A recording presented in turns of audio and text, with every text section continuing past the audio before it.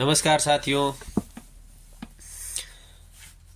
Election commission ने अजीत पवार गुट को ही और असली एनसीपी बता दिया है। यह 6 फरवरी को तय किया गया। 6 फरवरी को इलेक्शन कमीशन ने इस बात की घोषणा कर दी कि जो अजीत गुट है, अजीत दादा का जो गुट है, जो अभी वर्तमान में उप मुख्यमंत्री हैं एनडीए के, और वही असली एनसीपी है, तो उनको एनसीपी का जो नाम दे दिया है, वह एनसीपी का जो चुनाव चिन्ह है वह उनको दे दिया है। और इलेक्शन कमीशन ने यह 6 महीनों की 10 सुनवाइयां करी और उसके बाद में यह निर्णय लिया है। और शरद पवार गुट को इलेक्शन कमीशन ने बुधवार शाम तक का समय दिया था कि आप 3 नए नाम सुझाएं अपनी तरफ से, कि जो नाम आपको पसंद है हम वह नाम आपको देंगे। और 3 आप नए चुनाव चिन्ह जो अपनी तरफ से जो भी आपको पसंद है वह हमें सुझाएं, और यह काम आप बुधवार शाम तक ही करें। तो शरद पवार गुट ने वही किया। उन्होंने 3 नए नाम बताए, 3 नए नाम सुझाए इलेक्शन कमीशन को, और 3 अपने नए चुनाव चिन्ह भी इलेक्शन कमीशन को सुझाए। तो वो इस प्रकार है कि पहला जो शरद पवार गुट ने जो पहला नाम सुझाया वह है नेशनलिस्ट कांग्रेस पार्टी शरद पवार। दूसरा है नेशनल कांग्रेस पार्टी शरद चंद्र पवार। तीसरा है नेशनलिस्ट कांग्रेस पार्टी एस। यह 3 नाम सुझाए गए, जिनमें से इलेक्शन कमीशन ने नेशनल कांग्रेस पार्टी शरद चंद्र पवार यह नाम तय कर दिया है।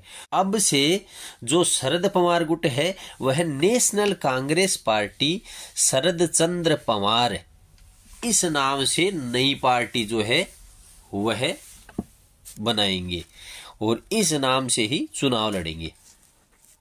और 3 इन्होंने चुनाव चिन्ह दिए हैं, अपनी तरफ से सुझाए हैं। वो ये है कि पहला जो है वह है उदय होता हुआ सूर्य, और दूसरा चुनाव चिन्ह उन्होंने दिया है एक चाय का कप, और तीसरा है वह है सूर्यमुखी का फूल।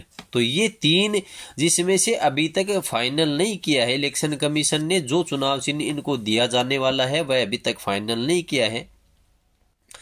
कहीं कहीं पर यह बातें चल रही हैं कि एक चाय का जो कप है वह चुनाव चिन्ह होगा।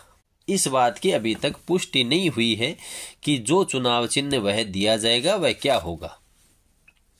तो जो दिया जाएगा वह सबके सामने कुछ समय में ही आ जाएगा।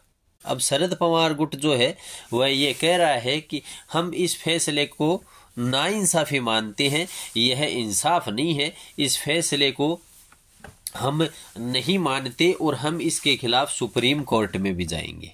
सुप्रीम कोर्ट जब जाएंगे तो उनके पहले ही असली जो एनसीपी है, असली जो एनसीपी है वह अजीत पवार गुट है।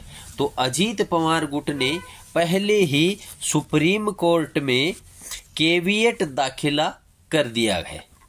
तो केविएट में उन्होंने ये कहा है कि जब शरद पवार गुट सुप्रीम कोर्ट आए और अपनी याचिका दाखिल करे तो शरद गुट की अकेले की बात न सुनकर अजीत पवार गुट को भी बुलाया जाए और उनकी भी सुनी जाए, फैसला देने से पहले उनका भी पक्ष सुना जाए। क्योंकि ज्यादातर जो जिलाध्यक्ष और जो विधायक जो कार्यकर्ता जो है अजीत पवार गुट के अनुसार वह अजीत गुट में ही है, तो उनका भी जो पक्ष है वह सुना जाए। इसके लिए उन्होंने ये है केविएट लगाई। अब इलेक्शन कमीशन जो है वो ये कह रहा है कि हमने पार्टी पर वर्चस्व किसका है इस बात के आधार पर यह निर्णय लिया है, क्योंकि जिसके पास संख्या बल ज्यादा है, जिसके पास बहुमत ज्यादा है, जिसके पास विधायक ज्यादा है, जिसके पास कार्यकर्ता ज्यादा है, वही पार्टी को अपने पक्ष में रखने का अधिकारी है। जिसके पास वर्चस्व है, बहुमत है, वही अपने पास पार्टी रखेगा। और यह इलेक्शन कमीशन ने अपनी सुनवाइयों के आधार पर तय किया कि अजीत पवार गुट के पास वर्चस्व ज्यादा है और उनके पास जो बहुमत है वह ज्यादा है शरद पवार गुट की तुलना में। अब एनसीपी की बात करें तो एनसीपी की हालत जो है वह शिवसेना जैसी हो गई है। वही स्थिति, वही हालात, वही माहौल पैदा हुआ है। तो अब शिवसेना की और एनसीपी की स्थिति वैसी की वैसी है जैसी 10 जून 1999 को शरद पवार, तारिक अनवर और पीए संगमा ने जो किया था कांग्रेस पार्टी के साथ, वही आज शरद पवार जी की स्थिति है। उस समय शरद पवार जी ने कांग्रेस से अलग होकर और अपनी एक नई पार्टी का गठन किया था, वह एनसीपी थी। अब अगर विश्लेषण के तौर पर इस मामले को अगर देखें तो यह मिलता है कि एनसीपी शरद पवार गुट जो है वह हो सकता है कुछ समय के लिए हावी हो, मगर वह लंबे समय हावी नहीं हो सकता, क्योंकि एक तो जो भी मुख्य नेता या विधायक जो थे वह अजीत गुट में आ गए हैं। तो जो नेतृत्व जो है वह करने की जो क्षमता रखते हैं वह अजीत गुट में है।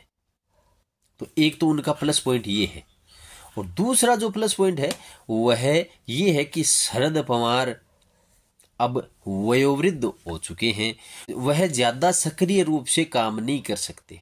तो कुछ समय तो उनको हो सकता है कि सहानुभूति के वोट मिल जाएं, जो कि संभव नहीं है वो भी, मगर हो सकता है कि कुछ समय मिल जाए। लगता नहीं है कि उनको मिल सकते हैं क्या, इसलिए नहीं मिल सकते क्योंकि लंबा जो वर्चस्व जो पार्टी पर है वह अब एनसीपी अजीत गुट में ही है।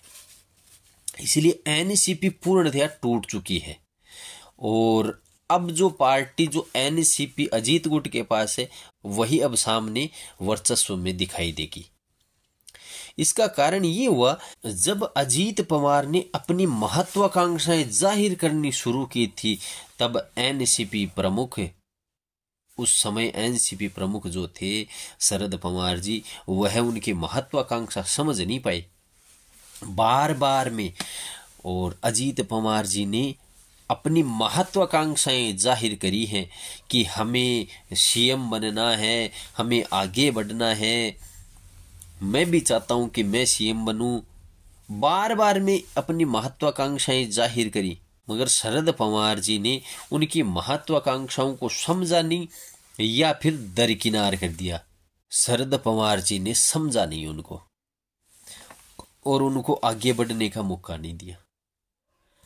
बार बार में उन्होंने अपनी महत्वाकांक्षाएं जाहिर करते हुए पहली बार देवेंद्र फडणवीस जी के साथ उप मुख्यमंत्री पद स्वीकार करते हुए सरकार बनाई थी, जो कि बहुमत साबित नहीं कर पाई, इसलिए वह चली नहीं।